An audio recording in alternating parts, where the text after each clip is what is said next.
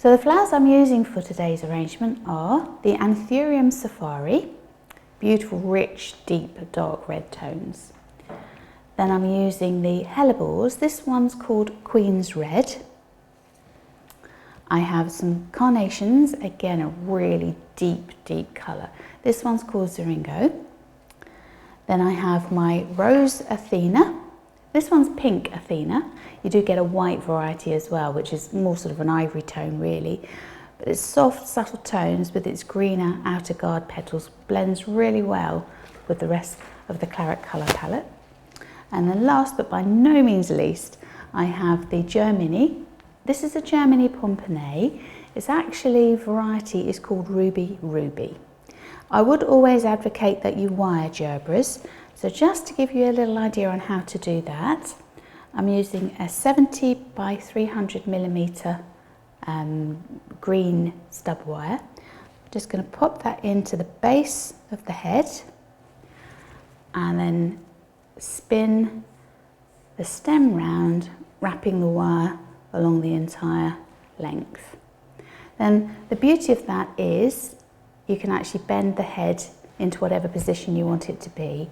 It's not detrimental to the longevity of the flower, so don't worry about that. No cell structure is particularly harmed. All right. Apart from my fresh products today, the sundries that I'm using are some copper mesh that I've popped into my silver punch bowl. That just stops the need for using wet foam. Obviously it's slightly more eco-friendly.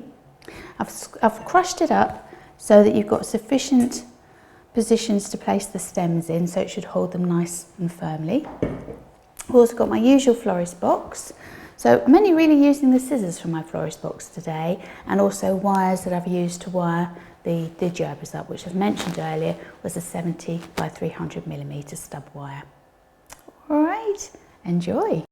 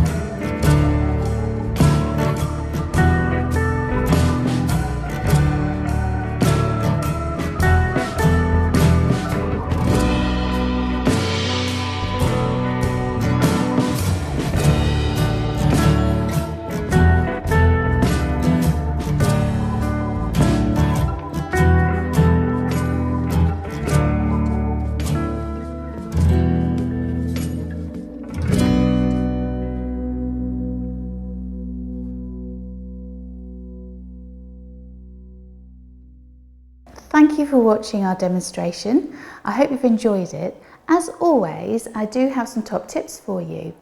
So top tip number 1, by using the copper mesh and not foam, you can actually use flowers in this arrangement that are actually not happy in floral foam.